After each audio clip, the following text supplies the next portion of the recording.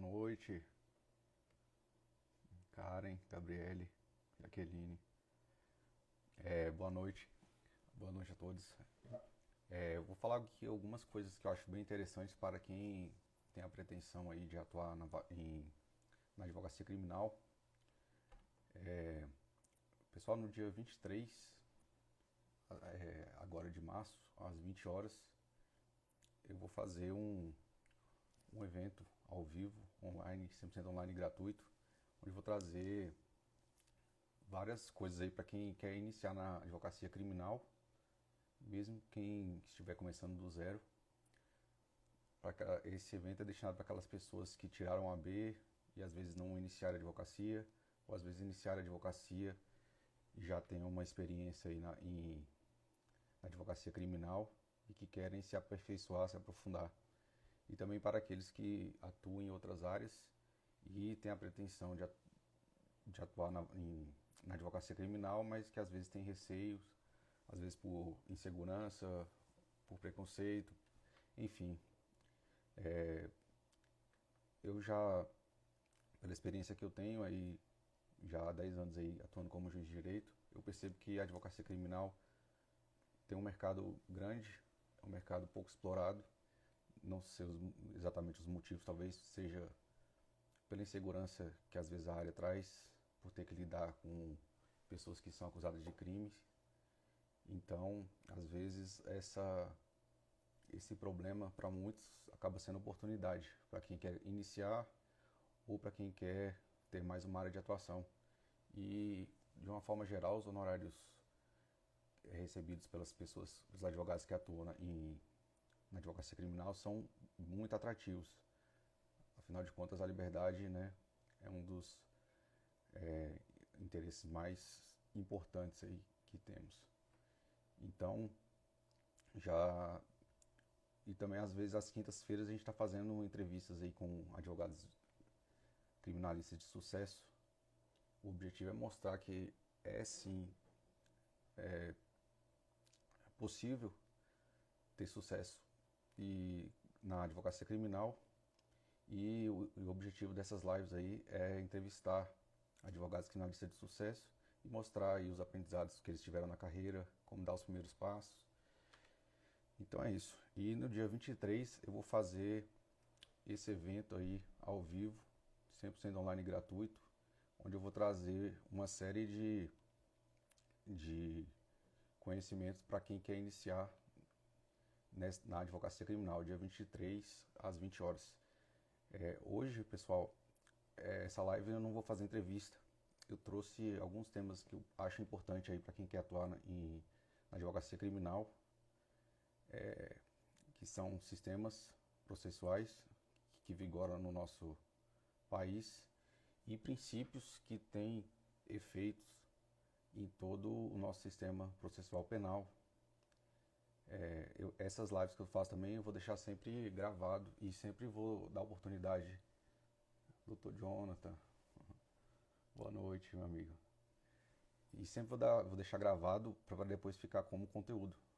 Então hoje eu queria abordar um pouco mais tema mais técnico mesmo, voltado aí para quem quer militar ou já milita aí nessa seara. E vou abrir para perguntas aí ao final, se alguém eventualmente quiser fazer alguma pergunta.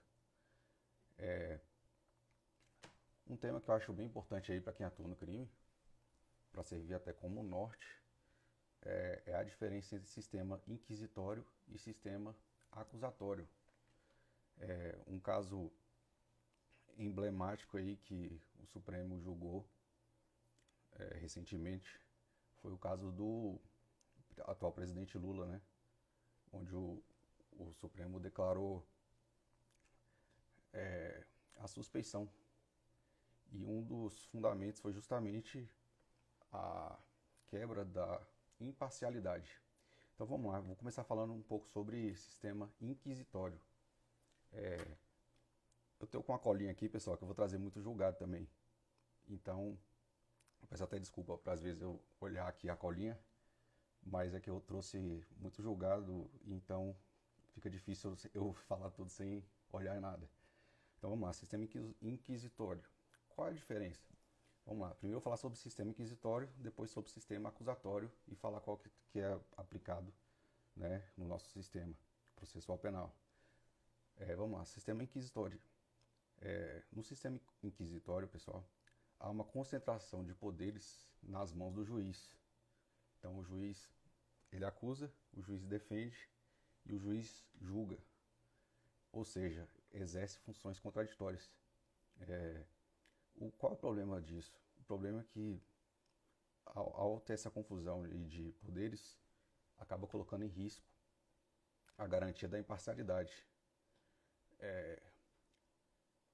Imagina um caso que o juiz ele julga, ele defende e ele acusa. É claro que a imparcialidade fica comprometida, né? E a imparcialidade, né, é a garantia das garantias. Enfim, ao acusar e também investigar, acaba ofendendo, né, a imparcialidade de julgar. Nesse sistema inquisitório não há contraditório e o juiz é dotado de ampla iniciativa investigatória, inquérito e probatória processual. O juiz age de ofício e não precisa ser provocado. A gestão das provas está nas mãos do juiz. Aí se busca esse princípio da verdade real. O acusado ele não é sujeito de direitos, ele é tratado como um mero objeto do processo. Então, qual que é a crítica a isso? Uma das críticas: não é possível, né, no processo atingir a verdade real, porque a verdade é sempre processual, né, ou seja, aproximativa. Isso é próprio dos sistemas inquisitórios onde se admite a tortura e deve-se buscar a verdade. É uma falácia, né, esse princípio da verdade real, porque no processo há sempre uma reconstrução de fatos. Então, o que o juiz deve se ater sempre é o que está nos autos, porque a verdade real, na verdade, o juiz não vai ter acesso a isso. Então, realmente é uma falácia esse princípio da verdade real. Agora eu vou falar do princípio acusatório e depois fazer uma leitura aí de leis que homenagearam um sistema inquisitorial ou acusatório. Vamos lá. Sistema acusatório. Uma expressão bem simples é aquela: cada um no seu quadrado. Há uma divisão entre as funções de acusar, defender e julgar. O acusado é sujeito de direitos, né? Então é garantido a ele contraditório, ampla defesa, devido processo legal. E há sim a busca da verdade, certo? Porém, será sempre essa verdade processual, aproximativa. Esse sistema acusatório, a Constituição Federal, no artigo 129, inciso 1, né, ao incumbir ao Ministério Público, privativamente, promover a ação penal pública, né, isso nos traz a compreensão de que a Constituição Federal adota o sistema acusatório. E o nosso Código de Processo Penal é um código muito antigo, de 1942, ou seja, bem anterior à Constituição. Então ele tem sim resquícios desse sistema inquisitório, mas o legislador ele está promovendo alterações legislativas que estão alterando e homenageando o sistema acusatório. Então vamos lá.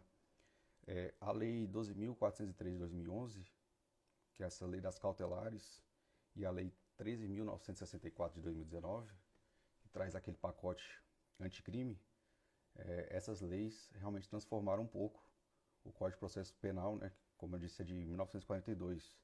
Então o nosso código ainda tem inspiração do sistema inquisitório. É um código muito antigo. E o legislador está dando esse viés aí mais acusatório, né? Então, no sistema acusatório, só para reforçar, há essa presença de partes distintas, as separações da função de acusar, defender e julgar. Ao juiz não é dado produzir provas de ofício. Até na live aí com o Dr. Jonathan, ele me fez a pergunta sobre esse juiz das garantias, né? Artigo 3º-A do Código de Processo Penal, que está com a eficácia suspensa aí por decisão aí do Supremo Tribunal Federal. Esse artigo 3º, inciso A, que foi incluído no Código de Processo Penal por essa lei do pacote anticrime 13.964, é uma tentativa, né, do legislador de adequar o Código de Processo Penal ao sistema acusatório, porque essa separação preserva a imparcialidade do julgador e homenageia, né, o contraditório e a ampla defesa. Um outro princípio que não é utilizado aqui no Brasil é o sistema misto francês, onde há duas fases distintas, a primeira inquisitorial e a segunda ele é acusatório, né? Enfim, não é adotado no Brasil. Só lembrando, voltando ao que eu falei no início, no caso do ex-juiz Sérgio Moro, né, o principal argumento lá do Supremo foi que a garantia da imparcialidade teria sido violada. Eu não vou fazer nenhum comentário sobre política, então estou somente me voltando à questão jurídica mesmo, do direito. Agora, pessoal, eu quero falar de princípios, alguns princípios que servem como norte aí para aplicação em todo o nosso sistema. E o advogado ou o operador do direito de um modo geral, se ele sabe bem princípios, a atuação dele fica muito mais fácil, porque princípios são normas, é norma das normas, então fica muito mais fácil a atuação quando a gente entende o princípio na prática. Vou trazer primeiro o princípio da presunção de inocência, né, que é o estado de inocência ou presunção de não culpabilidade. Na Constituição Federal está previsto, né, que ninguém será considerado culpado até o trânsito em julgado de sentença penal condenatória. Vamos lá, conceito. Esse princípio da presunção de inocência é o direito de não ser declarado culpado, senão após o trânsito em julgado de sentença penal condenatória. Aí, pessoal, tem uma diferenciação entre o que é previsto na Convenção Americana de Direitos Humanos daquilo que é previsto na Constituição Federal. Na Convenção Americana de Direitos Humanos, artigo 8º, parágrafo 2º, a presunção de inocência, há a presunção de inocência enquanto não for legalmente comprovada sua culpa. Isso é o que está previsto na Convenção Americana de Direitos Humanos. Na Convenção Americana de Direitos Humanos, a culpa ela é legalmente comprovada após o esgotamento do segundo grau de jurisdição. Então, na Convenção, ocorrendo a condenação na segunda instância, ou seja, a pessoa é condenada pelo juiz de primeira instância, se houver um tribunal confirmando essa condenação, a pessoa já é considerada culpada. Convenção Americana de Direitos Humanos. Então, ocorrendo a condenação na segunda instância, a culpa é legalmente comprovada. Porém, pessoal, na Constituição Federal, artigo 5º, inciso 67, prevê que ninguém será culpado até o trânsito em julgado de sentença penal condenatória. Então, aqui na Constituição, a expressão é muito mais ampla. Então, a Constituição ela foi mais além, porque presume culpa somente após o trânsito em julgado. Então, a Constituição Federal é mais benéfica ao acusado do que a Convenção Americana de Direitos Humanos. Aqui o professor Luiz Flávio Gomes falava muito da aplicação desse princípio pro homine. Então, significa o quê? Se a aparente contradição entre norma interna e internacional, sempre prevalece aquela que for mais favorável ao indivíduo. Então, deve prevalecer o que está previsto na nossa Constituição. E agora eu vou falar de aplicações práticas sobre esse princípio, né? O professor Aurí Lopes Júnior, doutrinador, ele nos traz algumas dimensões dessa atuação do princípio da presunção de inocência. Ele divide em dimensão interna, ou seja, se refere aos efeitos dessa presunção de inocência dentro do processo, e externa, que se refere à aplicação desse princípio da presunção de inocência fora do processo. Então a presunção ela deve ser feita dentro e fora do processo. E quais são os efeitos? Por exemplo, para fora do processo, a sociedade deve tratar a pessoa que está respondendo pela prática de um crime como inocente. Então, por exemplo, em crimes que geram repercussão, a mídia ela tem que ter muito cuidado de como coloca os termos que aquela pessoa está respondendo, porque ela presume-se inocente. Então, teve até casos aí que a mídia às vezes pode ser condenada se colocar aquela pessoa que está respondendo o crime como culpado. É por isso que hoje em dia a gente percebe nesses crimes de repercussão a mídia tem mais cuidado e sempre dá à defesa o direito de se manifestar ali na defesa daquela pessoa que está respondendo pela prática de crime. E isso se refere a essa regra é um reflexo desse princípio que incide fora do processo. Então, aquela situação que a polícia, às vezes, quando faz uma prisão que gera repercussão e coloca ali a pessoa que está sendo acusada como se fosse um troféu, essa conduta é errada, porque aquela pessoa ela deve ser tratada como inocente até que haja uma sentença penal condenatória. Então, para advogado que atua em crimes que gera repercussão, uma conduta que eu recomendaria seria uma conduta firme e trazer esse princípio e trazer inclusive a possibilidade de eventualmente gerar até uma responsabilidade do Estado e do agente público se, por exemplo, efetuar uma prisão e colocar o acusado ali como um troféu para tirar fotos. É um cuidado, né? E você vê que esse princípio tem aplicação aí prática para fora do processo. E a dimensão interna, né, tem dois efeitos: regra probatória e regra de tratamento.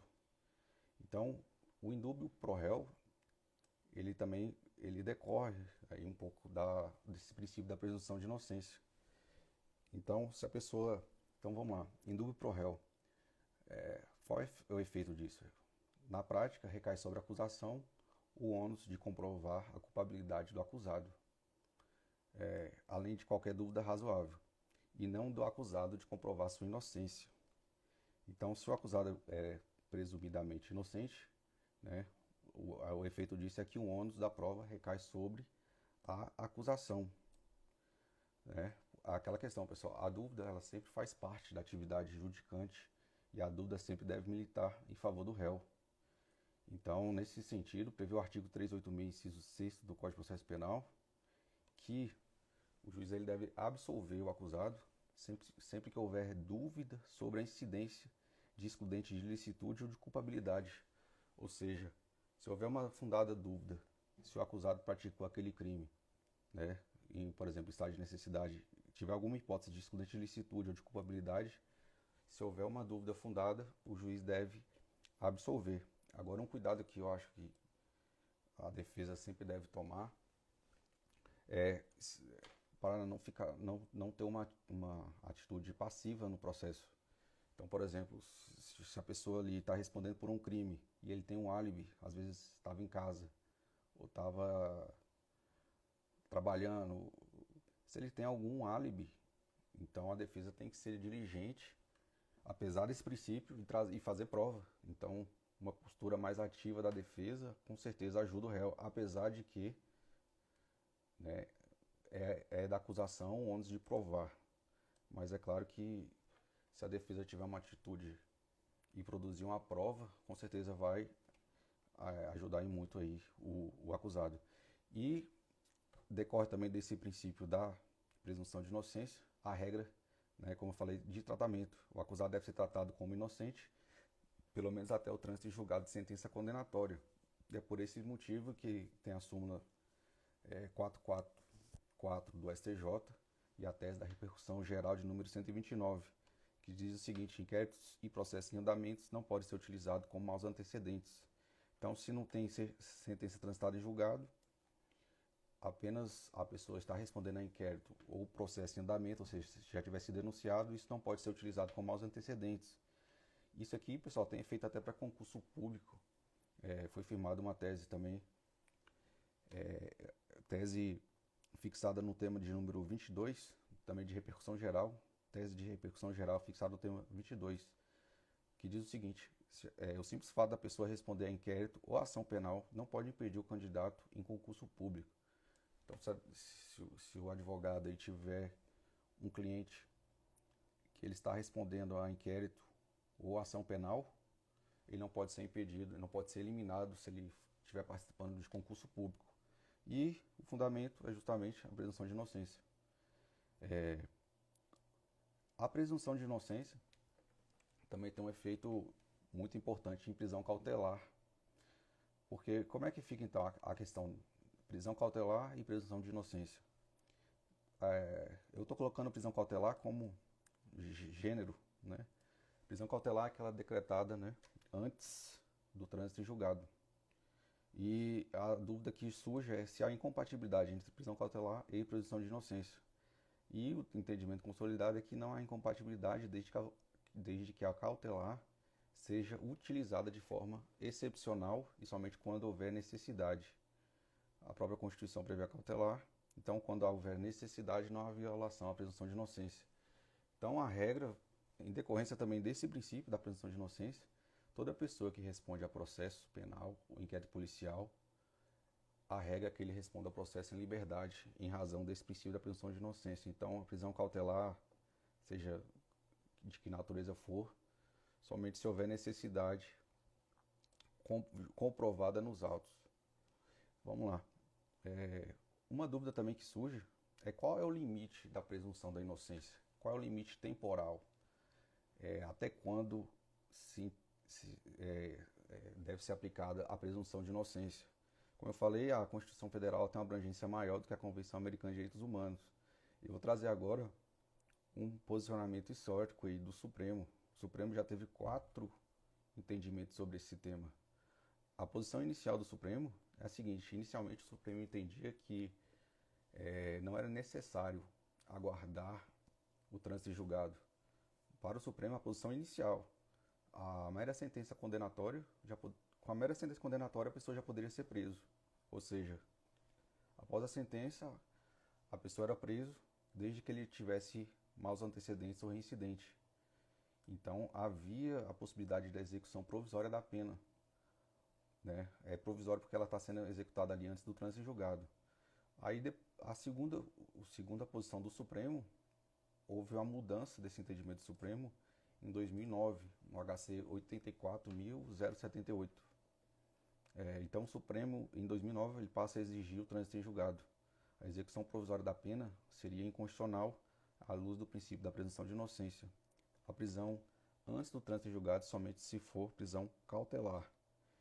Então, em 2009, o Supremo muda radicalmente o entendimento e diz que só pode ser considerado culpado após o trânsito em julgado, ou seja, a execução provisória da pena somente seria possível após o trânsito em julgado de sentença penal condenatória.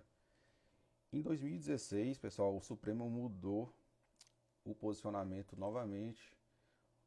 Foi uma decisão aí por 7-4, habeas corpus 126.292 confirmados no ARE 964246.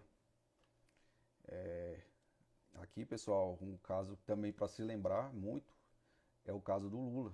Então, o Supremo em 2016 ele mudou novamente o entendimento e decidiu, né, que é possível sim a execução provisória da pena quando houver o esgotamento do feito na segunda instância.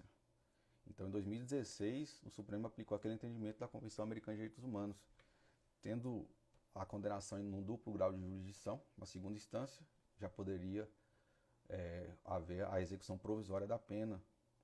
Então, o Supremo, em 2016, entendeu que não há necessidade do trânsito em julgado, né? Aqui a gente se lembra muito aí do caso do Lula. Eu estou falando do caso do Lula, não é por questão política, é só por ser um caso emblemático, né? Que todo mundo lembra. Então, teve, na época, muita pressão popular, né? E os argumentos principais utilizados pelo Supremo foram: o recurso extraordinário e o recurso especial, eles não são dotados de efeito suspensivo e não permitem revolver fatos os quais já foram decididos na primeira e segunda instância. E outro argumento muito forte utilizado foi a demora para transitar em julgado. Uma sentença aí no Brasil para ocorrer o trânsito em julgado, se o advogado recorrer em todas as instâncias, até o STF, ir para o STF, por exemplo, condenação é a primeira instância, segunda instância, STJ, STF, então demora muito tempo. Então, em razão dessa demora, daquele clamor social, da pressão social, o Supremo mudou o entendimento em 2016 e permitindo o cumprimento, a execução provisória da pena após a condenação em segunda instância. E o que aconteceu novamente, pessoal? Agora eu vou passar a posição atual do Supremo, que é de 2019. O Supremo nas ADCs 43, 44 e 54. por 6-5, né, no dia 7/11/2019, novamente alterou o posicionamento e teve ministro que alterou o seu entendimento anterior. Então, qual é o atual posicionamento do Supremo? O pressuposto para a execução de qualquer pena é o trânsito em julgado, porque é isso que diz a Constituição Federal e o Código de Processo Penal. Né? Como falei, teve ministro que mudou de opinião. Então, foi declarada a constitucionalidade do artigo 283 do Código de Processo Penal, que condiciona o início do cumprimento da pena ao trânsito em julgado do título condenatório. Então, essa é a atual jurisprudência do Supremo Tribunal Federal, que declarou a inconstitucionalidade da execução provisória da pena. Um detalhe, pessoal, a execução provisória da pena não se confunde com a concessão antecipada de benefícios prisionais aos presos cautelares. Então, o que acontece às vezes, pessoal? A pessoa está respondendo ali ao processo preso, por exemplo, com a prisão preventiva, e a defesa ali e o Ministério Público recorrem. Então, o que o juiz deve fazer nesse caso? Para fins de garantir benefícios previstos na Lei de Execução Penal, o juiz manda expedir a carta de guia provisória. Não é o caso de execução provisória da pena. Isso aqui, na verdade, a finalidade é para conceder de forma antecipada os benefícios prisionais aos presos cautelares. Vamos lá um exemplo. Por exemplo, a pessoa é presa e condenada aí a 5 anos. A lei de execução penal também ela se aplica aos presos cautelares.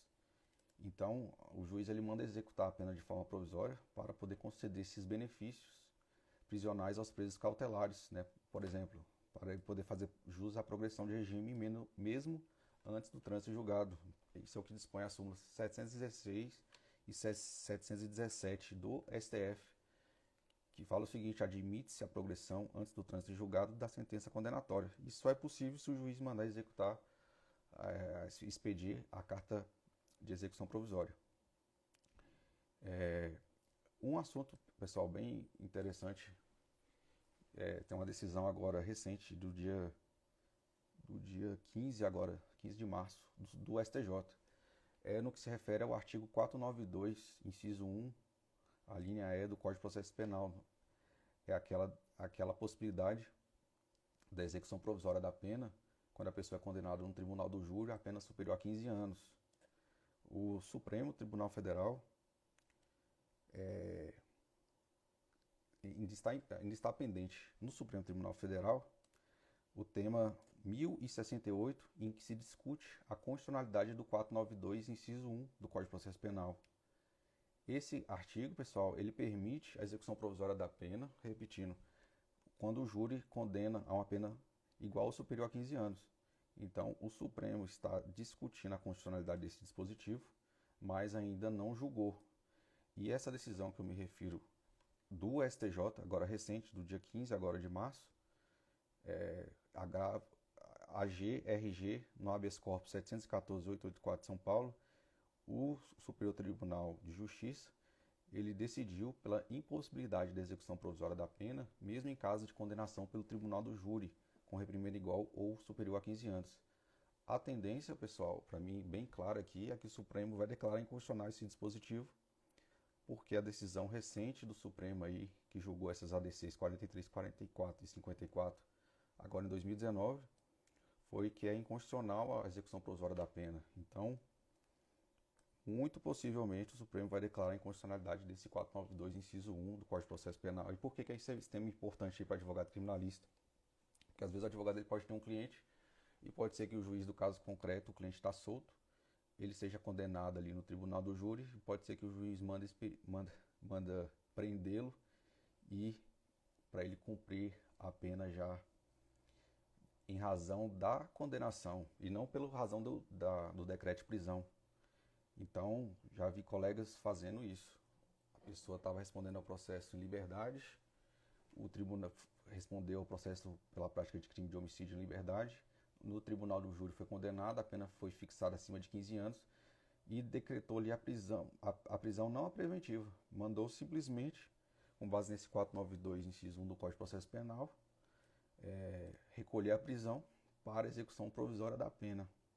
Então, se ocorrer isso, já tem esse julgado bem recente do STJ dizendo que há impossibilidade da execução provisória da pena, mesmo nesse caso de condenação pelo júri, com reprimenda igual ou superior a 15 anos.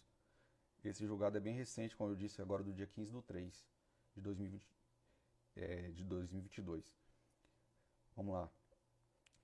Esse mesmo entendimento, né, obviamente vale para aquelas penas restritivas de direitos, ou seja, não é possível, né, o entendimento atual do Supremo é inconstitucional a execução provisória de pena restritiva de direito também.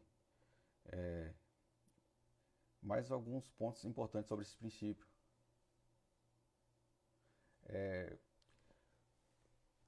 Tem essa previsão no artigo 52 da Lei de Execução Penal de que a seguinte previsão: a prática de fato previsto como crime doloso constitui falta grave.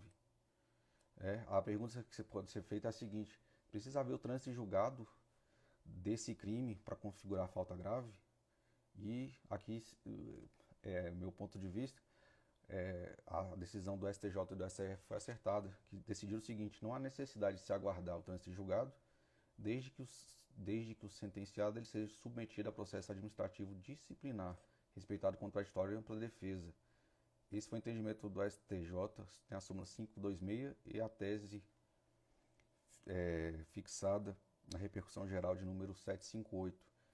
Então, basta, se a pessoa está ali, praticou falta grave, a pessoa está respondendo ali, está executando uma pena, comete um novo crime, basta ter, não há necessidade de aguardar esse trânsito julgado desse crime, basta ter esse procedimento, onde deve ser respeitado o contraditório e ampla defesa. Então perceba, pessoal, que um único princípio ele tem uma aplicação grande no nosso sistema. Vou falar ainda, acho que vai dar tempo um pouco mais rapidamente, de um segundo princípio que eu acho muito importante, o princípio do nemo tenetur si detegere. Desculpa pelo latim. Ninguém é obrigado eu vou trazer a tradução dele. Ninguém é obrigado a contribuir para a sua própria destruição. Esse aqui, princípio, pessoal, é o princípio da vedação, né, da autoincriminação. O fundamento é o seguinte: não se pode exigir do ser humano um comportamento que seja contrário a seu próprio instinto. Então, é o direito de permanecer calado, aí, artigo 5º, inciso 63 da Constituição Federal. É um dos desdobramentos, né, da vedação à autoincriminação. Então, quem é o titular desse direito aí a não autoincriminação? Esse direito, pessoal, abrange o suspeito, o investigado, o indiciado e o denunciado, esteja ele preso ou solto. Eu estou seguindo o julgado do STF, RHC 192798, de São Paulo, a decisão do Supremo, a obrigação de ao entendimento do Supremo sobre a aplicação desse princípio. Veja como ele é interessante para quem atua na seara criminal.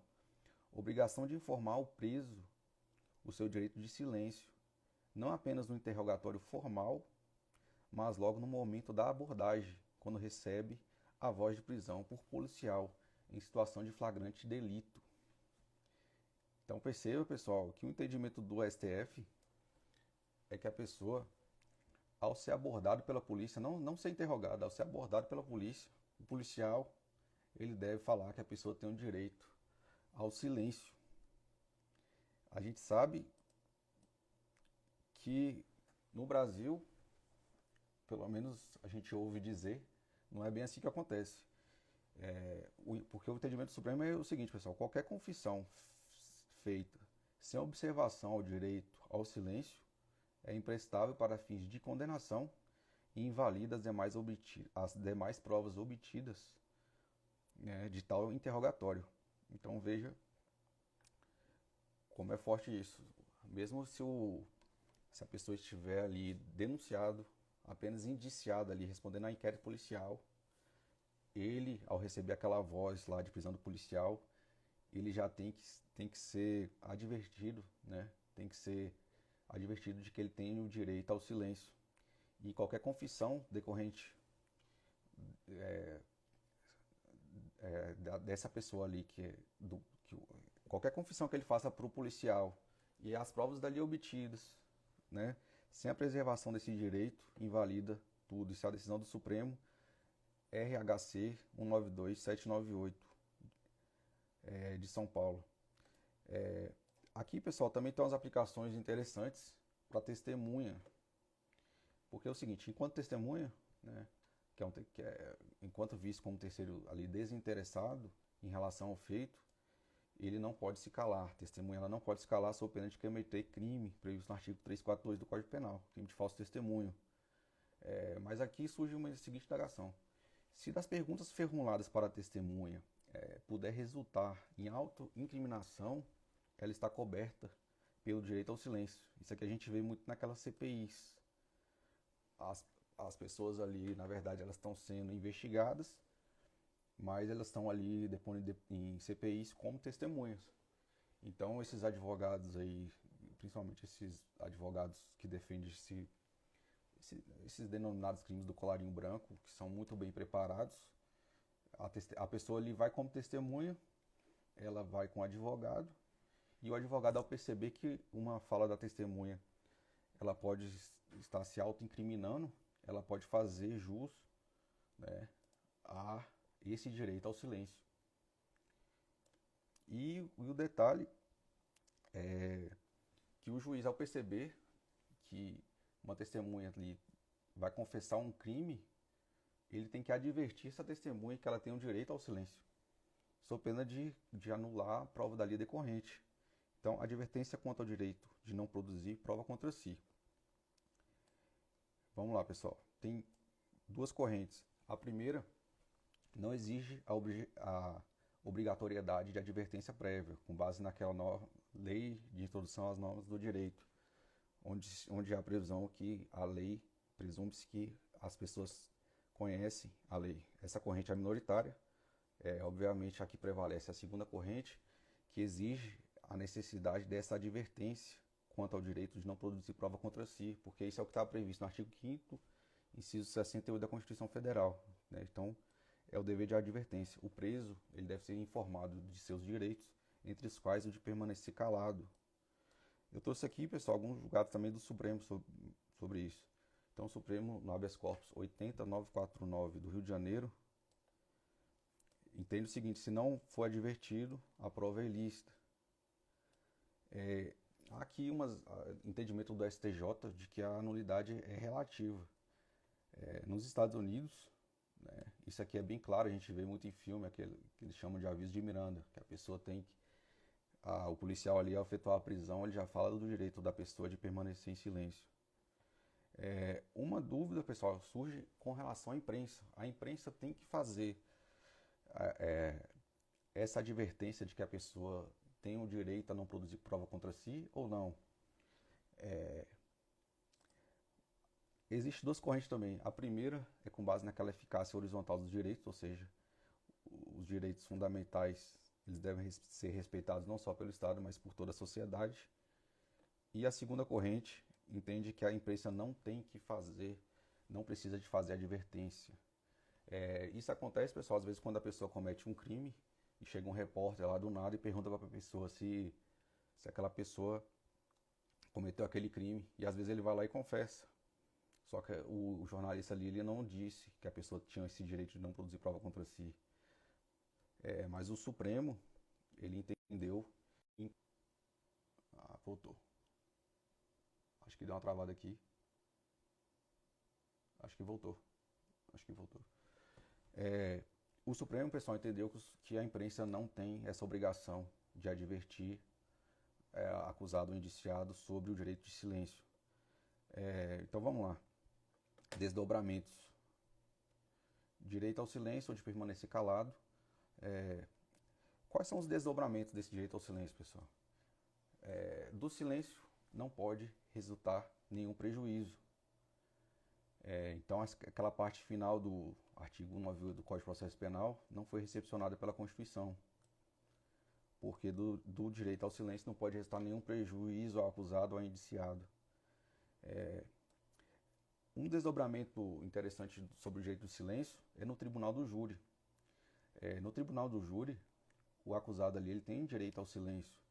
E aquele silêncio dele não pode ser utilizado como argumento de autoridade. Ou seja, ocorrendo o julgamento pelo júri, na segunda fase lá que o réu é submetido ao julgamento perante os jurados, o réu ele tem o direito de ficar em silêncio. E aquele silêncio dele, o promotor de justiça não vai poder utilizar aquele silêncio dele e falar, olha, só um exemplo, ele é culpado, tá vendo? Ele ficou em silêncio. Porque se ele fosse inocente, ele usaria o direito que ele tem de se defender. Então isso aí causa nulidade do julgamento. Agora eu vou falar uma opinião minha prática. Tem que pensar aí se vale a pena o acusado ir participar do julgamento e utilizar esse direito ao silêncio. Porque o acusado também tem o direito de não participar do julgamento. Aí tem que verificar se vale a pena ele ir para o julgamento no tribunal do júri, estou falando do tribunal do júri, e utilizar o direito ao silêncio, porque o juiz da causa ali são os 7 jurados. E não se sabe como eles vão interpretar esse direito ao silêncio. Apesar do juiz de direito, o juiz togado, falar que do silêncio não será presumida a culpa, tem que fazer essa avaliação se vale a pena o acusado ir um julgamento do júri e exercer o direito de silêncio perante os jurados, ou se seria mais interessante, se ele quiser fazer uso do direito de silêncio, ele nem comparecer ao julgamento, já que é um direito dele. Então vamos lá. Se o promotor se utilizar desse direito ao silêncio como argumento de autoridade, é caso de nulidade, artigo 478, inciso 2 do Código de Processo Penal. Um efeito também, pessoal, é o seguinte: o direito ao silêncio, ele também traz o direito à mentira ou de inexigibilidade de dizer a verdade. Ou seja, o acusado, decorre do direito de silêncio, o direito do acusado mentir. A primeira corrente foi trazida também pelo professor Luiz Flávio Gomes. Ele entendia, grande professor Luiz Flávio Gomes, ele entendia que o réu poderia mentir. A segunda corrente, pessoal, é aqui. Diz a seguinte: no Brasil, a gente sabe, o perjúrio, que é o acusado ali mentir, não é punível. Nos Estados Unidos, por exemplo, o acusado ele pode não responder, ele pode usar o direito ao silêncio. Mas se ele for responder, se ele quiser exercer sua defesa, ele não vai poder mentir. Se ele mentir lá nos Estados Unidos, ele comete um crime de perjúrio. No Brasil, não é punível o crime de perjúrio, né? E, por consequência, não se pode exigir a verdade do acusado ou do imputado. É o habeas corpus 68929. Então, não é que ele tem direito a mentir, ele não se exige a ele o dever de dizer a verdade. É um pouco diferente a questão da interpretação. Direito de não praticar qualquer comportamento ativo que possa incriminá-lo. Isso aqui também, pessoal, tem uma aplicação em prática bem interessante. Se a pessoa, vamos lá, qual é o fundamento? Se a pessoa tem o direito a não se auto-incriminar, ele pode ser exigido algum comportamento que vai gerar uma auto-incriminação. Aqui, pessoal, a gente tem que dividir nesse comportamento ativo e passivo. Então, não se pode exigir, em decorrência desse princípio, um comportamento ativo do acusado, que seria, por exemplo, reconstituição de crime.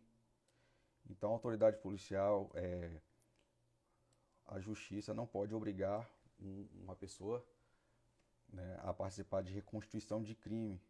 Material grafotécnico. Não se pode exigir do acusado que colha de depoimento material grafotécnico. Padrão de voz. Não se pode exigir que a pessoa seja submetida a uma perícia para verificar aquele padrão de voz. Não é obrigatório, porque decorre do direito de não autocriminação. Agora, o comportamento passivo, o réu é obrigado, o réu, o indiciado, o autuado, ele é obrigado a participar. Por exemplo, reconhecimento de pessoas. Mesmo que o acusado ele não queira participar, ele vai ser obrigado a participar. Reconhecimento de pessoas e coisas. Aquele reconhecimento que é feito, por exemplo, a pessoa pratica um crime, coloca outras pessoas parecida para a vítima identificar se foi ele ou não que praticou aquele crime. Identificação criminal, também obrigatório. Por exemplo, um que eu acho interessante é aquele exame de bafômetro, que é o etilômetro, né? Aí aqui, pessoal, vai dividir. Tem o passivo e o ativo. Ou seja, a pessoa não é obrigada a soprar o bafômetro. Direito de não autoincriminação. Mas foi feita aí uma alteração no Código de Trânsito e o policial ele pode fazer verificar as condições ali da pessoa. Se a pessoa tá falando com a voz embolada, se ele não consegue andar direito. Então, esse exame passivo que é feito pelo policial ali é sim possível. Agora não se pode o ativo, que é o exigir da pessoa que sopra o bafômetro. Então, ele não é obrigado a soprar.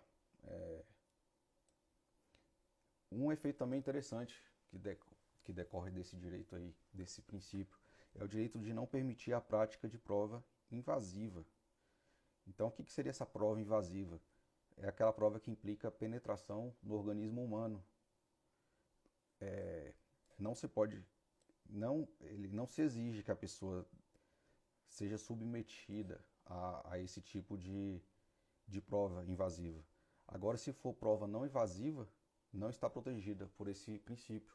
Então, como por exemplo, quando a gente vai no aeroporto, a gente é obrigado a ser submetido a raio-x, porque é considerado uma prova não invasiva. Esse é o entendimento também do STF.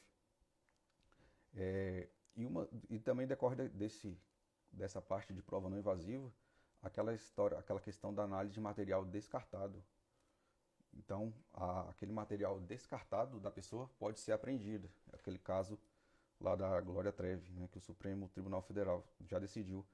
Naquele caso da Glória Trevi, foi feita a coleta do material biológico da placenta para fazer o exame DNA. Naquele caso, ela disse que foi estuprada ali pelos agentes policiais, onde ela estava, né, presa. E ali foi colhida a placenta para fazer exame de DNA, para saber quem era o pai, mesmo contra a vontade dela. Então, o fundamento é que esse foi um material que já tinha sido descartado. E também teve aquele caso do Pedrinho. Não sei se vocês lembram do caso do Pedrinho, não sei se o pessoal já é mais novo aí e não lembra. Que a Vilma, né, uma das filhas, descartou o cigarro. Esse cigarro, aquele resto de cigarro que é jogado no lixo, pode ser utilizado pela polícia para fins de perícia. O Supremo declarou que essa prova é lícita. E, já terminando, exercício total ou parcial, horizontal ou parcial do direito de não produzir prova contra si. Recusa a produzir prova contra si. Vamos lá então, pessoal. O que eu quero trazer aqui? Na prática, o que eu estou querendo dizer é o seguinte: o investigado ele tem o direito de não responder a nenhuma pergunta, ou ele tem direito a responder apenas a algumas perguntas. Então, por exemplo, se o acusado ele não responde as perguntas formuladas pelo promotor de justiça, ele pode escolher responder as perguntas formuladas, por exemplo, pelo juiz, ou se ele quiser, ele responde só as perguntas formuladas pela defesa. Isso é um direito dele. Ele pode escolher de quem ele quer responder as perguntas. Lembrando que aquela primeira parte do interrogatório, que o juiz pergunta sobre o acusado, onde que ele mora, a residência, isso aí, se ele já respondeu pela prática de crime, isso aí é obrigatório. Mas no que se refere à acusação, ele tem o direito de responder somente as perguntas que ele quiser. Ele pode responder apenas, por exemplo, da defesa, ele escolhe de quem ele responde ou quais perguntas ele responde. Isso aqui é um entendimento que também o STJ HC 628224. Já houve inclusive o caso essa decisão aqui, o STJ anulou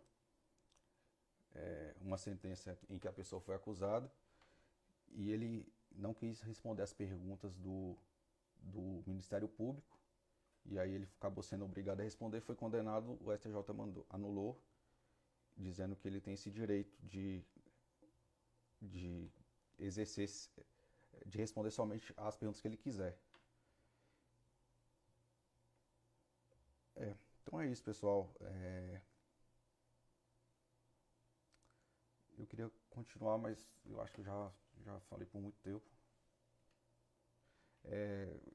eu queria só terminar isso aqui. Direito à não incriminação e a prática de outros delitos. Então, crime de falsa identidade. Está dentro desse direito de não autoincriminação a pessoa se passar por outra pessoa? A resposta é não, né, pessoal? Artigo 307, nenhum direito absoluto, nenhum direito pode ser usado como escudo protetivo para práticas ilícitas. Isso aqui, pessoal, o exemplo que eu trouxe, aquele exemplo do casal Nardoni, né, que eles praticaram aquele crime de fraude processual. Naquele caso que eles tinham a tela de proteção do apartamento e eles cortaram e, e ali o objetivo deles foi simular ali que a filha, né, que ela teria cometido suicídio. Então, isso aqui foi discutido e a decisão aí do STJ foi que nenhum direito é absoluto, né, nenhum direito pode ser utilizado como escudo protetivo aí para atividades ilícitas. Então, eles também foram condenados pela prática de crime de fraude processual. Nesse sentido, também a súmula 522 do STJ e a tese de repercussão geral fixada no tema 478. Outro caso que a gente traz também é o do artigo 305 do Código de Trânsito Brasileiro, não prestar socorro. Ou seja, a pergunta é o direito à não incriminação, se a pessoa pratica um crime ali no trânsito e não presta socorro, estaria abarcado, ele deixaria de praticar esse crime de não prestar socorro, para ele não querer se auto-incriminar? A resposta também é não, né? A decisão também foi essa, que o artigo 305 do Código de Trânsito é constitucional e não ofende ao princípio da não autoincriminação. Então é isso, pessoal. Eu vou deixar gravado. Não sei se alguém quer fazer alguma pergunta, seja aí por escrito ou entrar. Se não, eu vou deixar gravado. Eu queria falar mais, mas eu acho que eu já falei o suficiente. Vou deixar gravado aí, então, boa noite. E terças, vou sempre fazer live às terças, às 7 da manhã, e às quintas, às 20 horas. Um grande abraço, boa noite.